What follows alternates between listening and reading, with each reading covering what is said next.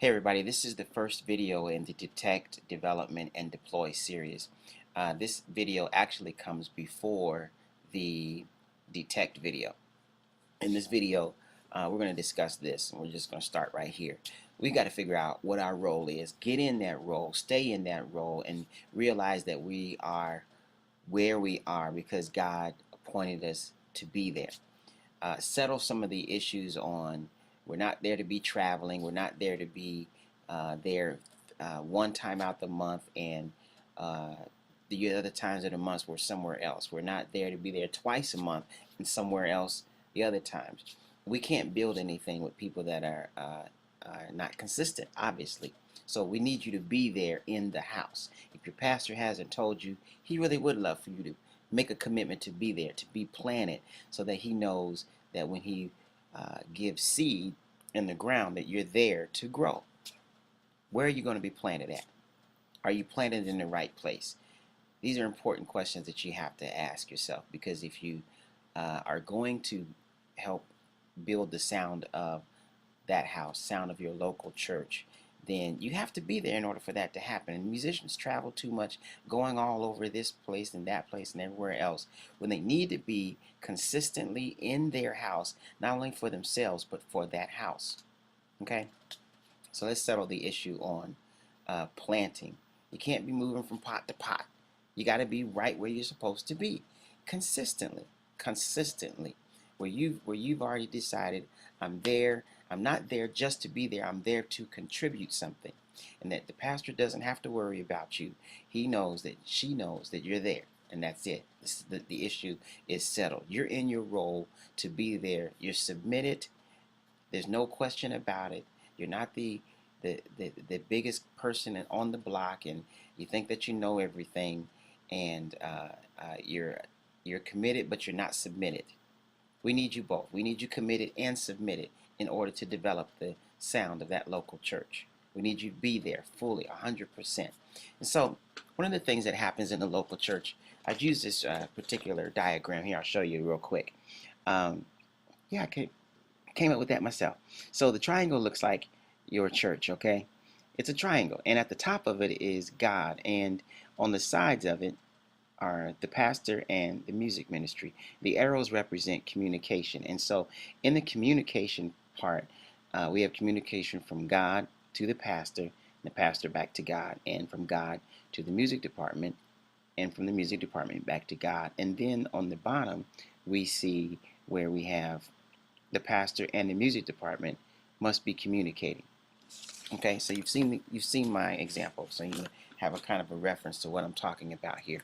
Here's the thing: we don't have a lot of communication going on from the pastor to the music department for so many different reasons. Sometimes the pastor doesn't feel confident enough to talk about the music. Sometimes the music department, the person that over it, is so cocky that they don't give any room for anybody that they deem lesser than themselves to actually say anything about their particular style of music and what they're playing and what they're doing, because they think that they are what they do instead of they are who God made them to be. So these are issues that have to be settled and cleared up, because being submitted means that that pastor can come to you, say anything that they need to say to you in a right spirit, and get some results that are positive and not negative. They shouldn't be coming to you asking you to do certain kinds of music and you refusing to do that music, because they need that particular music. They know what they need for their anointing to work. And if they don't know what they need, they're at least trying to find it. And it's our job as musicians and psalmists in the house to help them find it. Where are the Shannaniahs in the house? Where are the Shannaniahs? If you don't know what that is, look it up. Okay, so check this out. God is speaking. God is speaking at the top. He's speaking to that pastor. Okay? He's also speaking to that minister of music. But what he's speaking is not based on they're on the same level here. This isn't about them being on the same level. The music department, as your role, you're under the pastor, hearing what the pastor, what your bishop, what the elder has to say to you, not taking the word that you have from God and trying to make it the sound of the church. The sound of the church comes from the word that's in that pastor's mouth, not from the word that's in your mouth. Your mouth must agree with your pastor's mouth, which then also agrees with God's mouth. And without agreement, there can be no sound. There can be no sound without agreement. There can't be one side of the triangle in agreement and the other side of the triangle not in agreement and thinking that we're going to create a sound in that house. Okay? We have to have agreement, which means that you and your pastor must agree. You need to talk to your pastor and find out what he thinks about what you're doing. Ask him, what can I do to make things better for you? So when you're ready to deliver the word, it feels atmosphere wise like it's supposed to in the house. What can I do? I feel like my hands are kind of like Will. I don't know what to do with my hands. That Will Ferrell movie. Anyway, so you've got to talk and communicate with your pastor. Make them talk to you. Okay? Don't assume that you're just everything because you're not. That's part of what our role is about. Our role is being able to figure out what they want and make that happen musically. They may not be able to describe it 100%. They may not be able to describe it hardly at all. But everybody can appreciate music, and if they like it, they can tell you, I like it. If they don't like it, they'll tell you, I don't like it. They may not be able to tell you why they don't like it. They don't know necessarily the sonic values to the music. They don't know the notes. They don't know why the rhythm is off because they don't understand it's the drums or the bass. They don't understand all of that kind of stuff. But what they do know is it don't sound right. It don't feel right, and it's not helping them. If you ask, you might find out, which will help you keep, your position. It's important that we're submitted. It's important that we're planted and that we see our bishops and our pastors, our overseers, as the gardeners of the place that we're planted in. Okay? They're watering us. They're feeding us.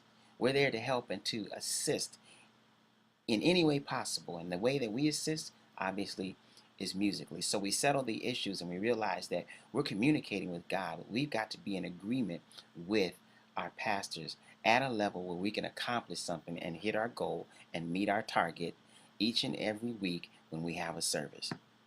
It's futile to go in and just sing some songs and not be connected to the word that's coming out of their mouth. The goal of Sound of the House, as you already know, is to connect the word that's in their mouth with the sound that's in the house. Not connect the sound to the word with no agreement. Not connect the word to the sound with no agreement. There's got to be agreement. This can only happen with agreement. And it starts with knowing who you are, knowing who your team is. Everybody's got to be committed to this. There can be no sound without a voice. And we have to have at least more than one. But if there's only one, at least we need to know that that one voice is going to be there every week to help develop that sound. And they're committed to that sound. If it's two voices, if it's three voices, hey, so be it. At least we know who's going to be there, and we know who's not going to be there, and we know who to depend on. And we need to know we can depend on you to be the Shananiah of the house. And that you're not going to be traveling everywhere, doing everything that you can do to try to make a buck, a penny here and there, when you need to be right there in that house. If you got to work somewhere else so that you can develop what you need to develop in that house, that's what you need to do. Go get a job somewhere else so you can play the keyboard, so you can sing your song in the house for free. It's a hard word, but it's a good one, and God will prosper you where you're planted. You don't have to be anywhere else. God will prosper you right there where you're being fed. So this is the first video. The next one's going to be about detecting, and detecting the sound of your house. I'm excited about it. Hey, you want to see this one more time? Look at it. Look at it. Get it in your heart. God bless you. That means I'm done.